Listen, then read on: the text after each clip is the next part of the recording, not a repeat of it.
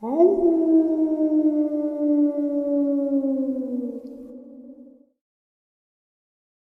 and salutations, everyone. I hope everyone is doing well and welcome to today's upload. Before we jump into it, a couple quick links. As many of you know, I rely on Patreon, PayPal, channel membership, and the merch to help the channel to continue to grow and go. Links to Patreon, PayPal, and channel membership is in the description below. Merch displayed directly under the video. Also, Dogman, Frightening Encounters, Volume 1 through 3, the audiobook versions. They were written and researched by Tom Lyons, narrated and produced by me, Gov'T only. His audiobooks are available on Audible, Amazon, and iTunes, links to which are also in the description as well. And finally, last but definitely not least, if you'd really like to help support this channel to continue to grow and go, simply subscribe. It does not cost a cent. Click the like button. Takes half a second. If you don't want to miss out on any of the informative uploads that I put out daily, click that bell icon. And folks, please leave a comment and share this video. Why? Well, because all of these things, they really do help this channel to continue to grow and go. They definitely do matter, and they are appreciated. And with that, I have taken far too much of your time. Let's jump in to today's upload. Shall we? Right, so today's upload comes to us from a gentleman who reached out. He was introduced to the channel via another subscriber, friend of his. And he had an experience 26 years ago. He didn't just stumble upon Dogman or cryptids or any kind of mysterious goings on. He has been aware that these creatures exist for quite some time. Periodically talks to his wife about what had gone on. Was aware of some channels on YouTube. Never felt like reaching out to them. He was on the verge of reaching out to a couple of them. I was one of them. And then one of his buddies had suggested reaching out to me because he was a subscriber of the channel. So his name's Patrick, and his experience happened in an area called Lincoln County, Wyoming. Now, there is a large national park in that region, and it's the Grand Teton National Park. Well, there's actually a smaller park just south of it, and it's called the Bridger Teton National Park.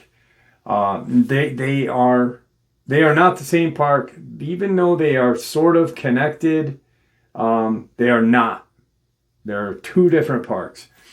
His experience, or what he witnessed, occurred in a valley in Lincoln County, in between this two mountains called Dead Man Mountain, and the other was Middle Ridge South.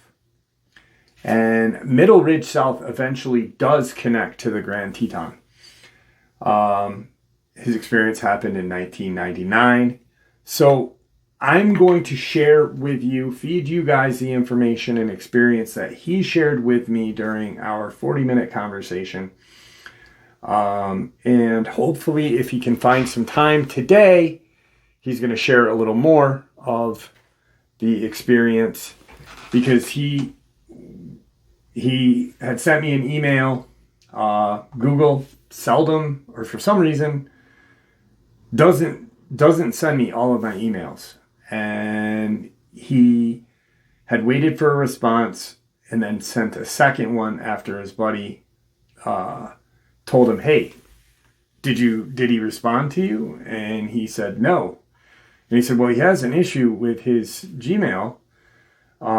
Send him another one, and if he doesn't, I'll send him one, and we'll figure out a way of you sharing this." So by the time I ended up getting in touch with him today, he had about 10 minutes to talk to me before he had to get into his truck and drive a half an hour to go to his kids from school. So we had a 40-minute conversation. Really great guy. 21 years old, 1999. And he had just become a park ranger, law enforcement. He was able to carry a firearm. That was the minimum age limit at the time. There are positions, he said there were positions. He did work for the national park as a ranger, but he was unarmed when he turned 21. There were certain credentials and stuff that he had to go through, law enforcement tests and such.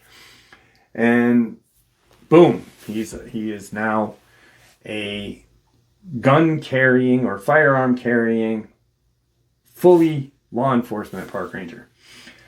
So they would give him, he was the youngest, he was the furthest from the top of the totem pole. So any kind of job that none of the other rangers wanted, he was gifted.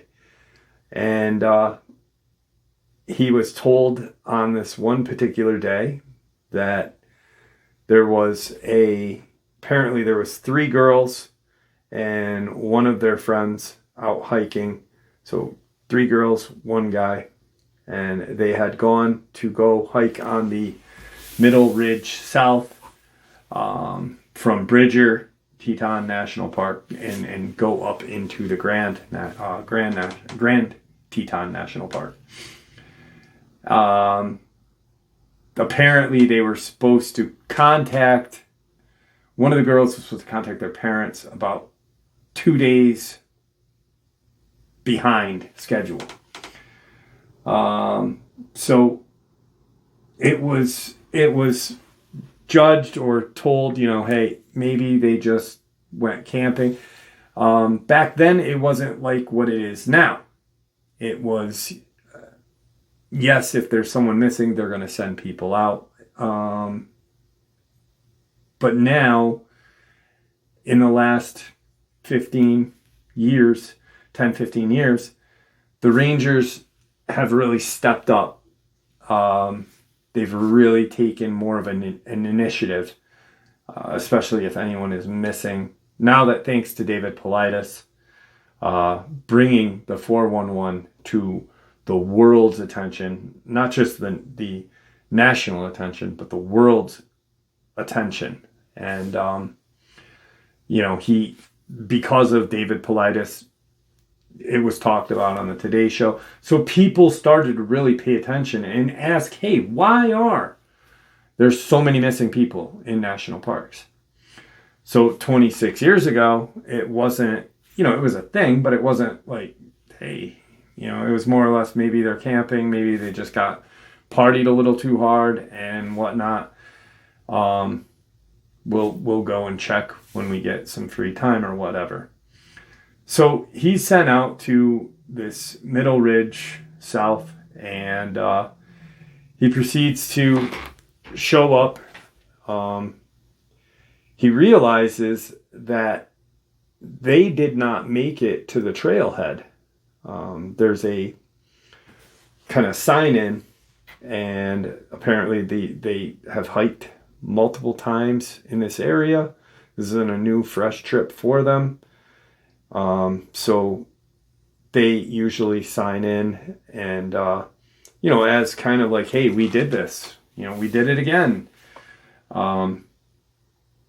And so that was one of the first things he checked was when did they sign in on the trailhead? Because then he'll know if he has to go, kind of north into the Grand Teton, and then contact other rangers from then on, or if he had to go kind of to the southeast area and go where their campsite would have been. Strangely enough, in this valley, that is exactly where their campsite was. There's a little source of water there and some shade, safety. So he proceeds to find his way down into that area.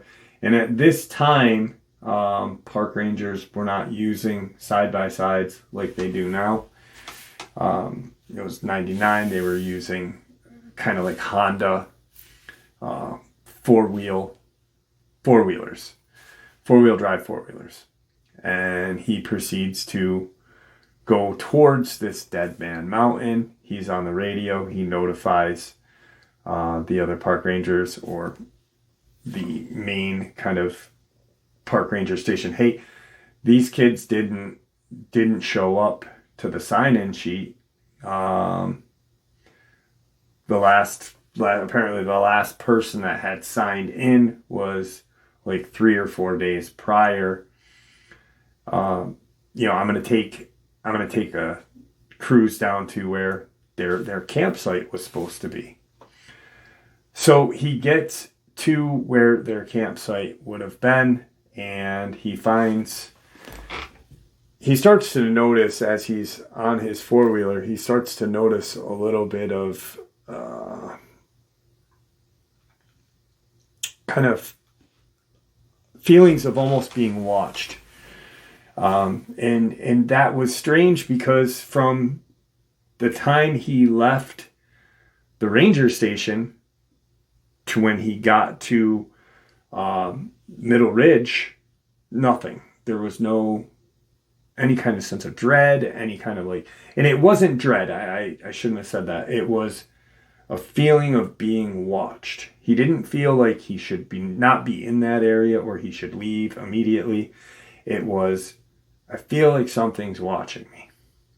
And that didn't happen until he was probably halfway to the halfway point between the two mountains.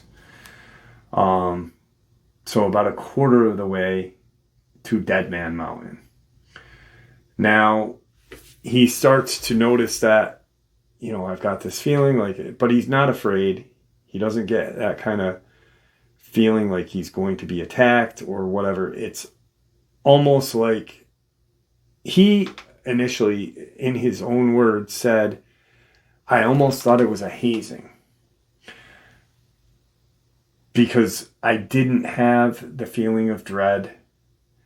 Apparently, during some of their training to be a park ranger, they were told about certain psychiatric conditions or mental conditions that pop up when deep in the woods. And one of them, even if you are not being watched, is the feeling of being watched, because you're so isolated, you're so far off away from the public, and for some reason your brain likes to kind of play games with you. Being that he doesn't have that feeling of dread, because also a mental kind of condition as well is a sense of dread, even when something is not stalking you or watching you. It's just a natural reaction to being deep in the woods, alone. Usually it occurs when you're alone, and it is a real thing. I've had it happen to me a couple different times when I was up in the Adirondacks by myself.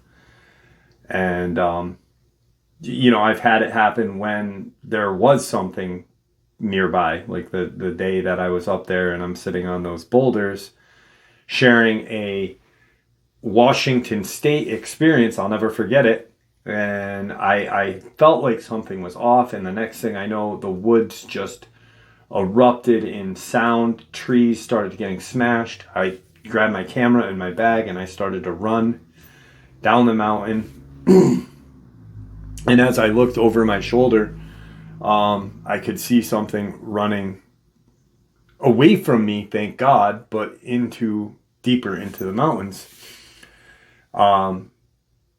The only thing I caught, unfortunately, was the sound of the forest just erupting in my panicked face. But so there is a real mental condition. He starts thinking about it like, all right, I don't have any kind of dread. It's just like, maybe the guys are messing with me. Maybe this is like my hazing. Some of the older park rangers, for some reason, didn't like him. And it wasn't because he was a wise ass. He was just, he was young. And apparently these guys felt like they were getting pushed out by a younger park ranger, more apt to learn and, really not stagnant in his job. He wanted to excel and perform. So he's like, maybe they're hazing me. And he stops his four-wheeler at that point. He remembers it distinctly like it was yesterday. He said, the second I thought maybe they're hazing me is when I stopped the wheeler. I turned it off. I took my helmet off and I kind of yelled out into the woods, hey guys, stop messing with me. I know it's you. And as he did that, he heard a scream for help. It wasn't a loud scream. It was almost as if someone hadn't drank water for a couple of days, was dehydrated and parched, kind of yelled out for help. And he kind of stops, looks around like, what the hell? He's like, all right, there's no female park rangers as of right now. And he proceeds to yell out, I heard you. Are you okay? He announces who he is, Park Ranger Patrick Blank. And he hears another voice again, another female voice scream for help. And he says, where are you? And she doesn't respond. Now, he thinks that it is truly, there is no coincidence as well, because if by chance he didn't have the feeling of being watched without that feeling of dread, he probably wouldn't have stopped his wheeler, thinking that it was the other guys just kind of hazing him and messing with him. So he gets off of his four-wheeler and, he, again, Park Ranger Patrick Blank, keep talking or keep yelling, and then he remembers the girls' names, and he says, one of their names, proceeds to go through the list of the names. Obviously it's not the guy, it's clearly a girl's voice. And finally she responds with, it's me. And he can almost pinpoint where she is, so he kind of veers off into the woods off of this little trail. And he keeps telling her, hey, please keep responding. Please keep responding.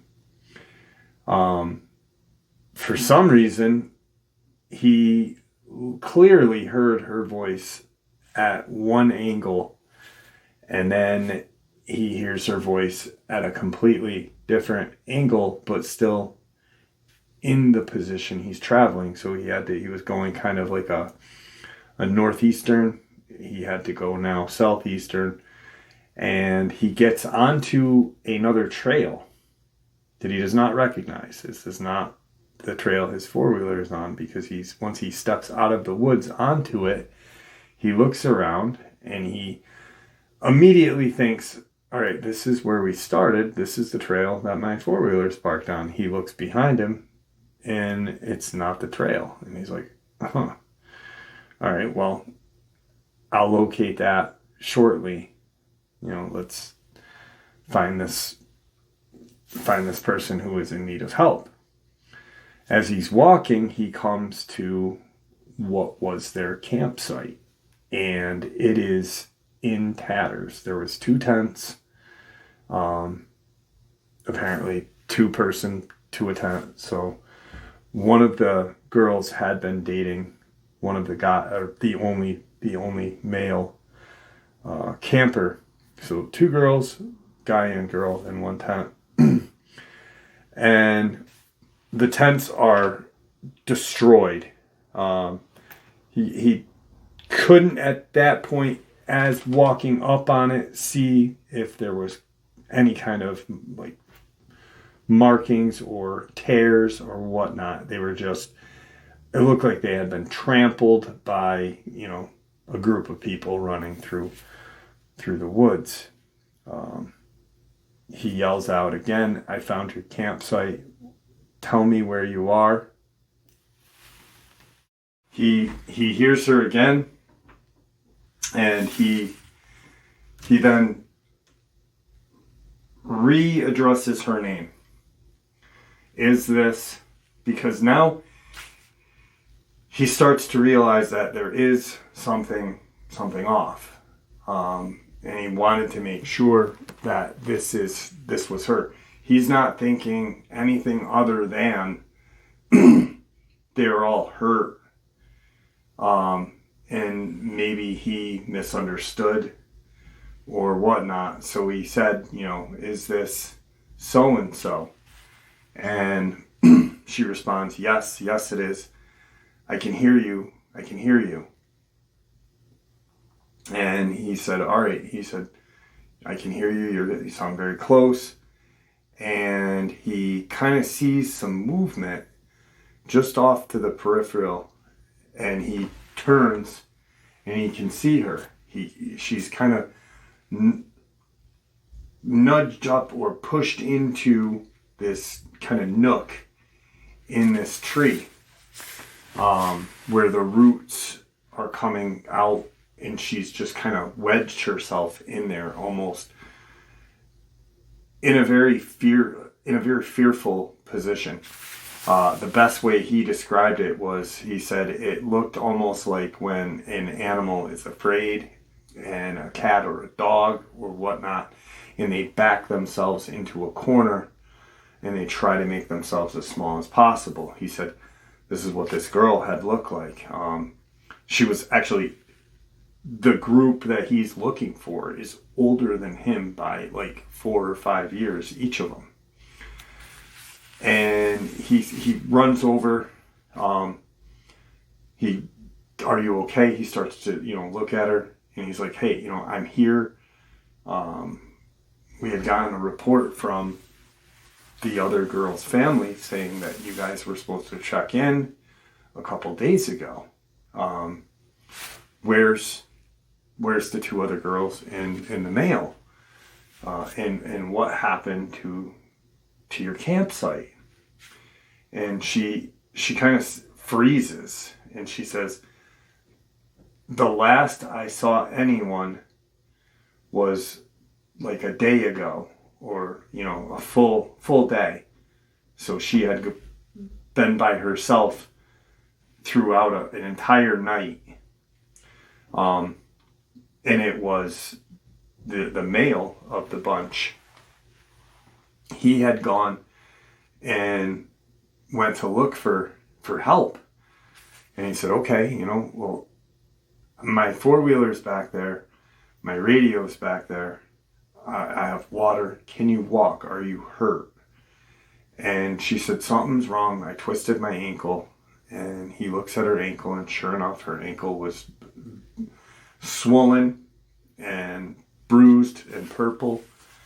And he's like, "All right," he said, I'm gonna have you, is your other ankle okay? We'll hobble back to where my 4-wheeler is. I've got to get to the radio. I've got some supplies there, but I'm not going to leave you here. And it's not very far. So let's just get to where my 4-wheeler is, and then we'll figure out how to find your friends. So they're hobbling back to the 4-wheeler, and it's taking some time.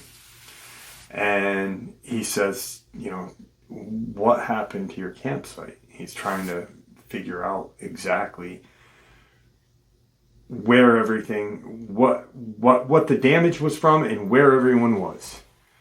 And it's slow going. He's got her, he's practically carrying her as she's hobbling on one foot.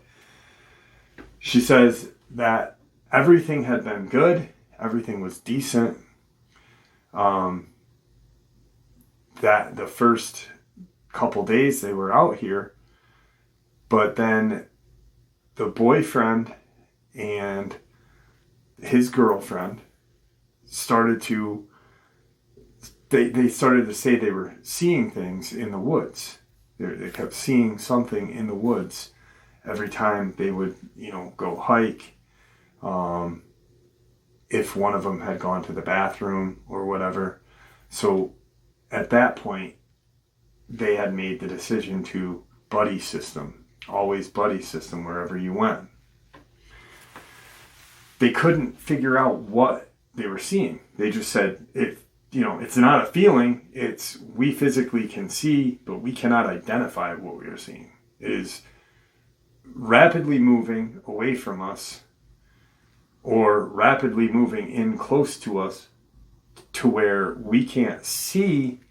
It's stopping just before we can make a visualization of what we are. It is definitely humanoid or bipedal, but we can't make out what it is. So the two girls, buddy system, boyfriend, girlfriend, buddy system.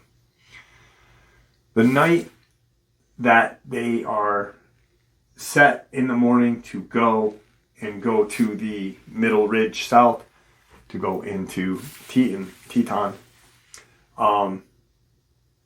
is the night when the tents had been destroyed and the night everybody had gotten separated. So they had started to pack up their gear, get ready for their trip, because they had been in this one little camp spot for a couple days. And what they were doing was they were hiking. They'd hike up towards the Dead Man Mountain,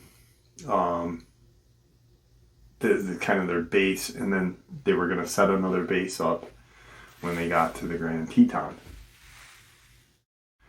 She says, so they're all set.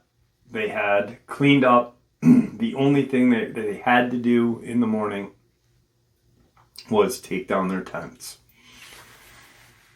Their bags had been packed. Obviously, they were going to change for the morning, into their hiking gear and then hike out. Pack the tents, boom, out.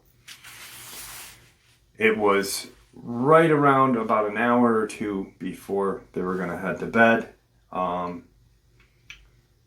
guy and the girl had gone to get water for the fire, to put the fire out.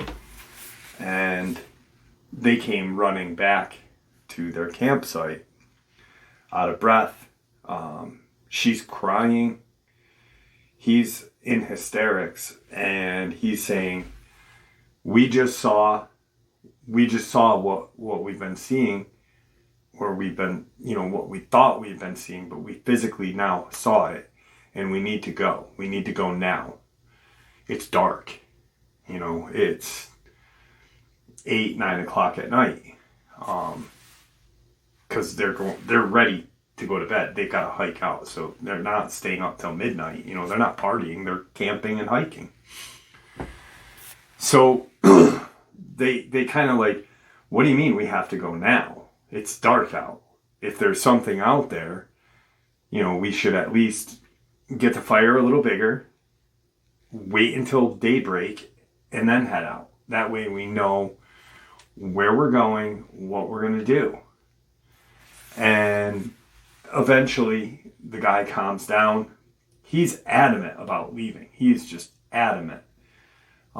He finally realizes that, it's probably a stupid idea to leave in dark conditions. They have a couple flashlights, they more than a couple. Each of them had 2 flashlights with them for this trip. So a flashlight deep in a national park is not gonna do too much, especially in 1999. Now they're hobbling, they keep going back. They're on their way to the 4-wheeler, and she's kind of filling in the blanks of right now. And he realizes, like, oh shit. He's on that one trail. He's like, oh shit, my wheeler is just through these woods onto the trail. And he tells her, he's like, listen, I only found you because I heard you, but I realized that, you know, my four-wheeler is on an opposite trail of where we are now. We're going to have to go through these woods right here. And, you know, I'm really going to have to support you, but, you know, it's going to be hard going right now. It's going to hurt. And she goes, what do you mean, other trail? And he said, this isn't the trail that my four-wheeler is parked on. He said, I got off my four-wheeler. I said, yeah, I heard you yelling. I proceeded to call your name. And she said, yeah, I heard that. She goes, but there is no other trail. She goes, this is the main trail. And he's like, no, woods are right here. And she goes, well, maybe I'm wrong. But her and her best friend, the other girl, her other buddy, they've hiked this area multiple times. This isn't their first excursion out here. This is their fifth or sixth time being out here.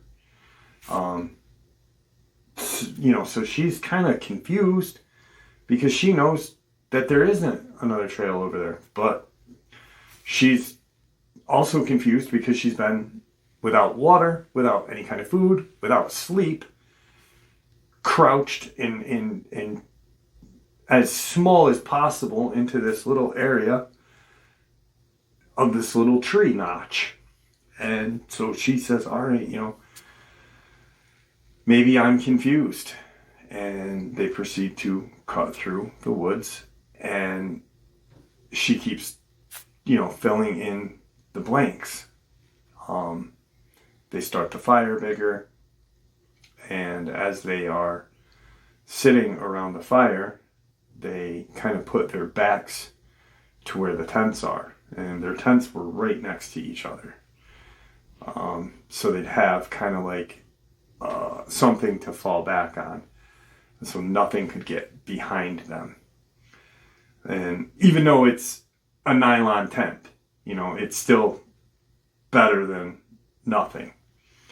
They sit there, they got the fire going, and they start to hear this faint kind of growl over the fire, over the snap and kind of roar of that fire.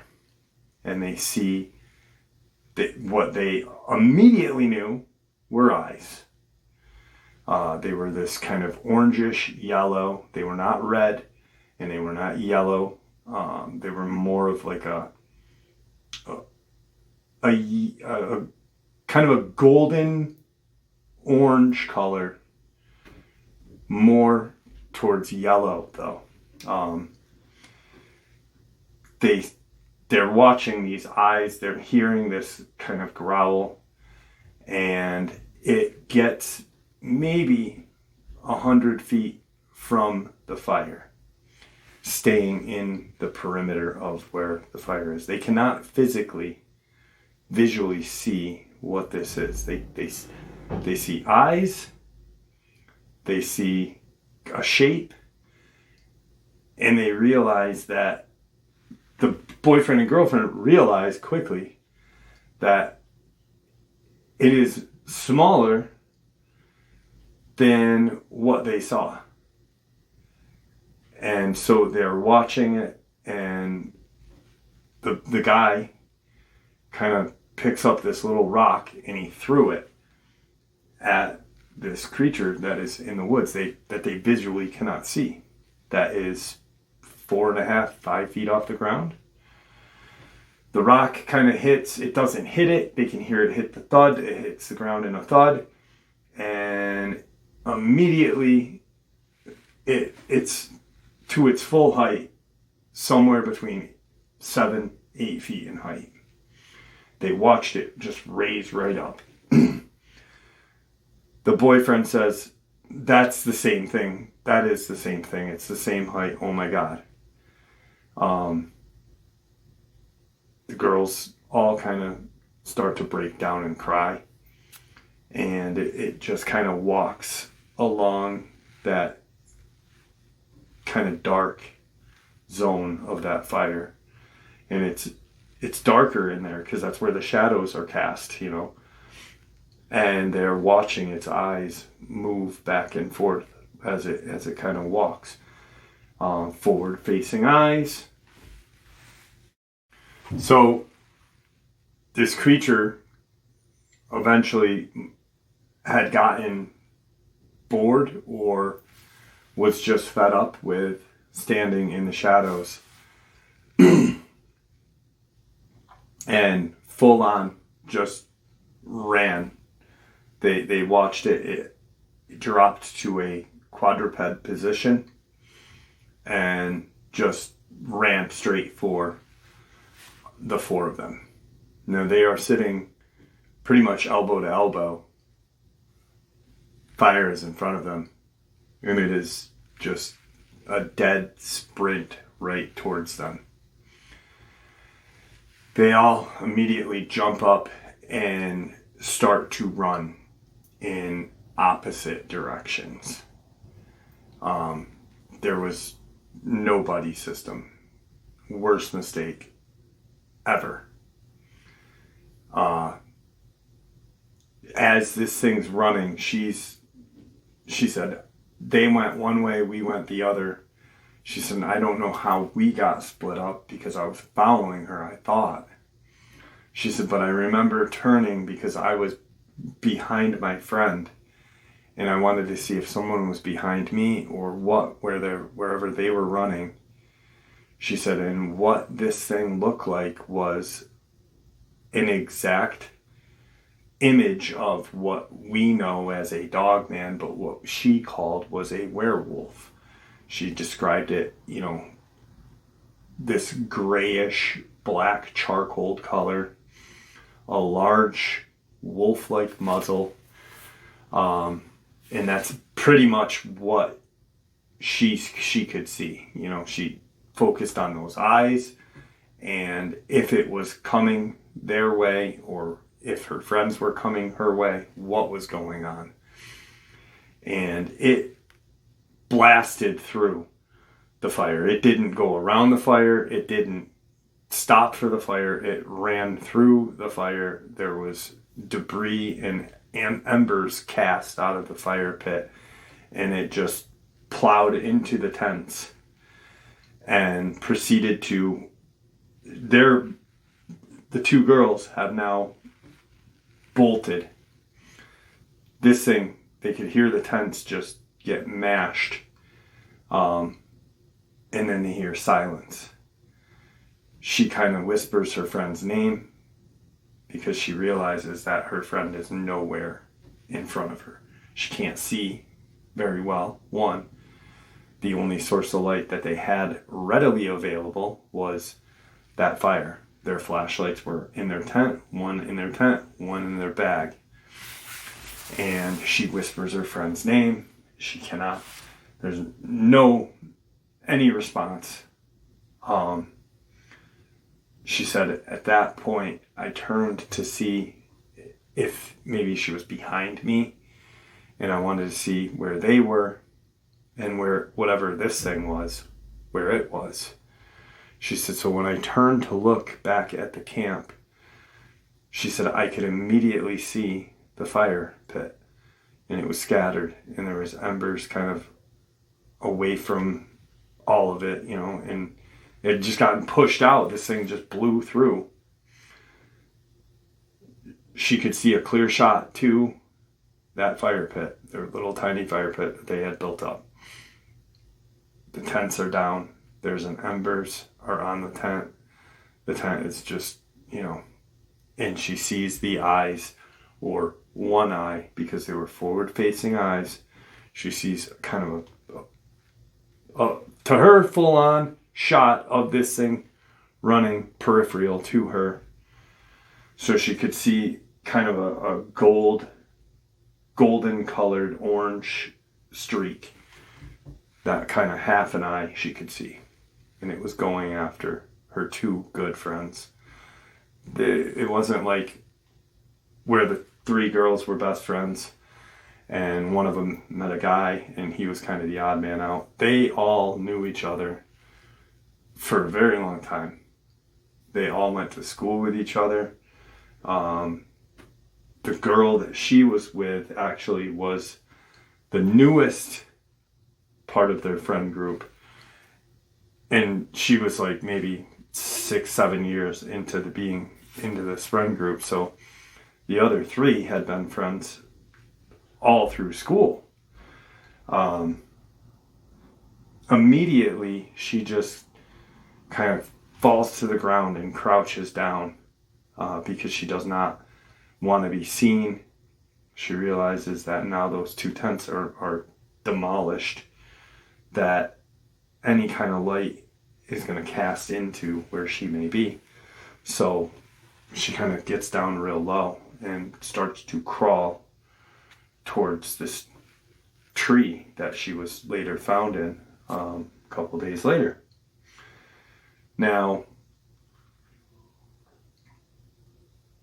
at this point, he realizes that, or maybe even more into the story, I'm just going on what he shared with me, but at this point, he realizes that we've been hiking through these woods right here for 15 minutes, long enough for her to fill in a little more blanks. We should be out of the woods and onto that trail where my four-wheeler's parked. And he kind of stops her and he says, listen, he said, we should be on the trail by now. We should have been on it 10 minutes ago. We should have been on it a while ago. We're going to have to turn back to get onto the trail that, maybe you were right. Maybe you're right. Maybe I went off into the woods right after and circled back and jumped on the same trail. He's confused now because he's like, he knew damn well that he ran through a set of woods, but not very long, and then hit another trail. He said that when they were walking back, they turned and they walked maybe 3-4 minutes, and they were now connected back to the trail. He said, none of that. He said, that didn't make any sense. He said, now I'm getting freaked out. He said, because I've got one of the girls, she's hurt. I know damn well that I ran through a set of woods, then hit another trail, and then proceeded down that trail, came to a clearing, saw their tents, saw her. He said, so by the time now we're back on the trail, he said, I turned and looked, and there's the tents. Far enough away, but, we had made coverage. But he's like, we walked 15 minutes. Jeff, we walked 15 minutes into those woods. He said, so I followed her advice. She said, initially she said, there's not two trails. We started to walk down that trail. Maybe 6 minutes into the walk, there's my four-wheeler.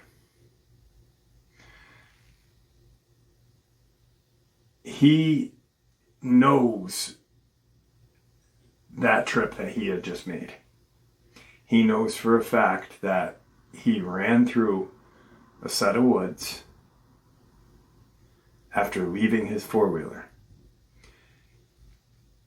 There was no way possible that he didn't connect to, it was just an impossibility. They get to the four-wheeler. He gets her set. He sits her down, kind of props her up, checks her ankle, gets a first aid kit out, kind of gives her some Tylenol, wraps her foot, gets on the radio. For the first maybe couple of minutes, there's no response. There's nothing except static. Nothing is, it's almost like it's not getting any signal, any kind of nothing. And they were highly rated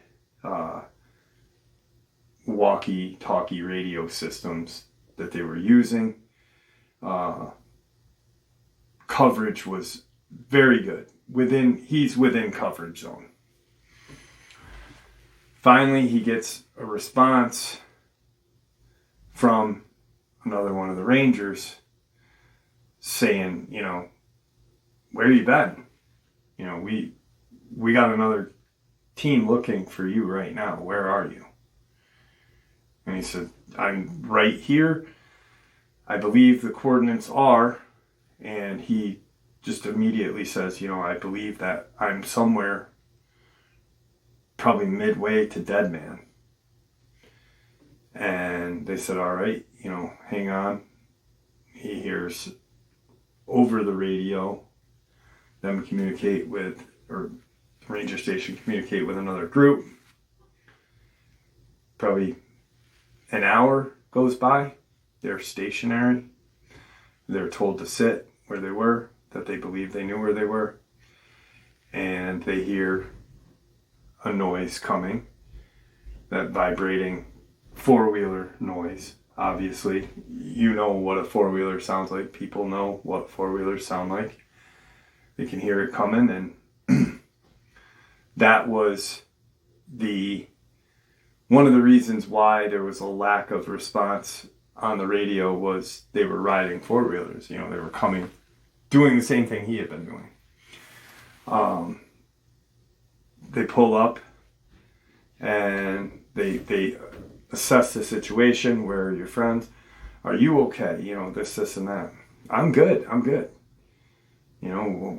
What do you mean? Why are you guys being weird? And he pulls the guy up, he pulls Patrick up, the ranger, the one that actually had been giving him so much shit. And he says to him, listen, we've been trying to get in touch with you for 15, 16 hours. You haven't responded to us once. And he's taken back. Because he goes, no. He goes, what are you talking about, 15, 16 hours? He goes, I've only been gone for like 3 or 4 hours. And he goes, listen, did you fall? Did you hit your head? Did something happen to you? Because you've been gone this long. We have not been able to get in touch with you. This is the first contact we've had with you. And he's sitting there and he goes, if I've been gone 16 hours, then there should have been a night. There should have been a night. There was no night. And sure as shit, they radioed in and said, listen, we might need, some sort of medical out here. We gotta figure this out. He may not be able to ride out on his four-wheeler because he is now saying that he does not remember being out here for this long. He remembers being gone for 4 hours, a couple hours, not this long, 15, 16 hours. And at this point, he's in utter shock. He looks at her and says, how long have we been together? How long have I been with you? And she said, you just found me earlier. You just found me. Like 4 hours ago. There's been no night. There was nothing. Now, this is where I'm going to fill in the blanks with you guys tomorrow when I talk to him more, because 10 minutes into our conversation, or 10 minutes till our conversation ended, so 30 minutes in, he's like, I'm almost to the school. He goes, but listen, he's like, they brought us back to base camp, to the ranger station. He said, I was assessed. I thought for some reason that this guy was messing with me still. You know, it was evident that, and it wasn't that the guy didn't like him. It was more or less hazing, busting of balls, you know. And that's literally what Patrick thought was going on until they got to the main ranger station. And he was told, you know, by his higher ups that would not and have no reason to mess with him, that, listen, you have been gone. Did you fall? Did you crash your four-wheeler? What happened? How do you not remember? And he said, ask her. Go to the hospital and ask her. Because I looked at her out there and said, how long have I been with you? And he goes, we went. He goes, this is weird. He goes, because I parked on another trail. He goes, and I walked through a set of woods and got to another trail. And that's when I found them, or her. That's when I found their campsite. I only was able to locate her. He said, there are 2 missing girls and 1 missing guy out there still. He goes, I don't know what happened. He goes, but I know, and I am adamant, and he's having a full-on conversation with his, you know, the higher up, that there was no night. There was, and no, I didn't look at the four-wheeler. It's not, there's no cracks, there's no any kind of damage. I'm not bleeding. I am coherent.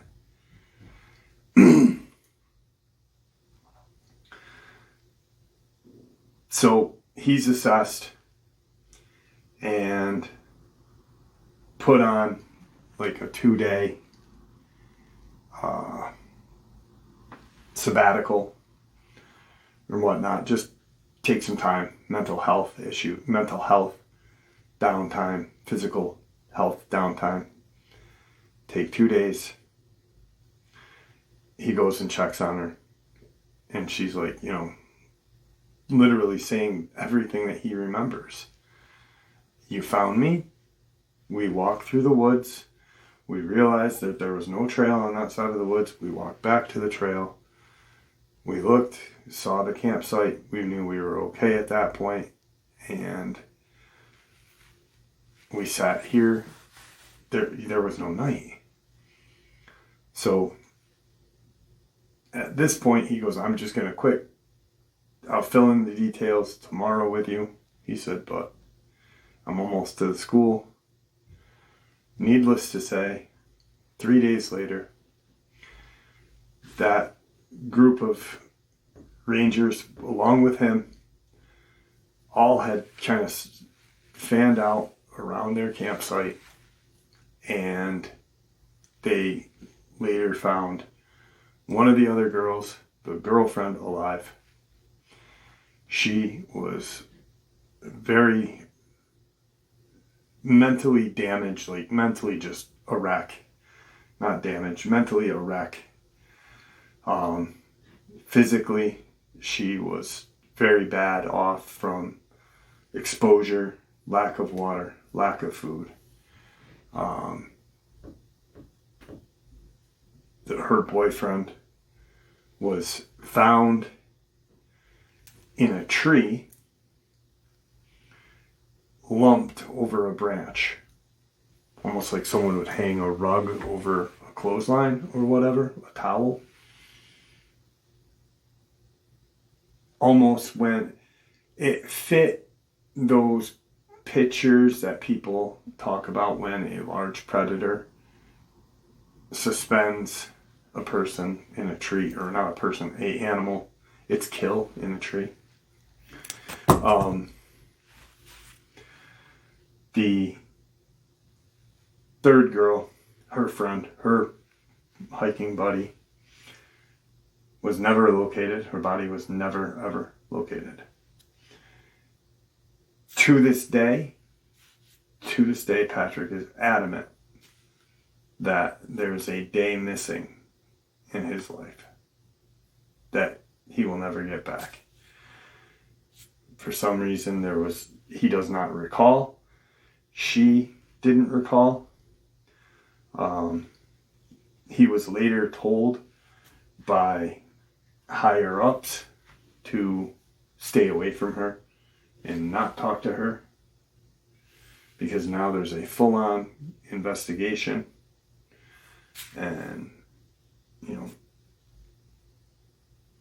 a missing girl. Just don't talk to her, stay away from her, or you will possibly lose your career as being a park ranger. He then says, listen, I gotta let you go. Definitely talk to you tomorrow on this, but as of right now, I don't recall that missing day. I don't recall. He goes, I still believe that I was on a different trail. He goes, I don't know what happened from walking into those woods and hitting the camping trail, finding her walking into the woods that he had come through, realizing it's too far, turns around, boom, everything's right there. None of it makes sense. How is she and the other girl still alive? He's not. And she was never found. There's more to his story and what he looked like. Obviously, she and him had talked a little bit about more of what happened, but he knows what happened to him via what they found and how they found it. He never spoke to her after that second trip into the hospital where he talked to her and then was told to immediately leave. He was threatened for almost 2 years to never open his mouth about this.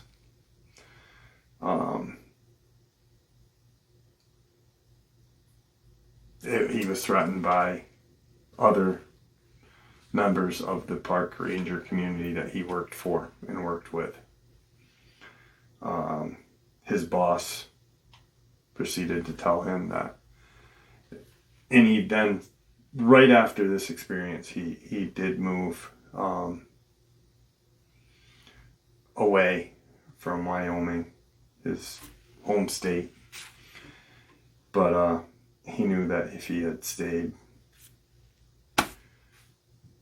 he probably wouldn't nothing would have worked out for him. So he probably wouldn't have had his job. He probably would have been threatened for the rest of his career. So he only did the logical thing. Go. You got people telling you that you are in trouble for talking with the victim. You're missing hours, practically a whole entire day. And the trail. So he'll fill us in tomorrow.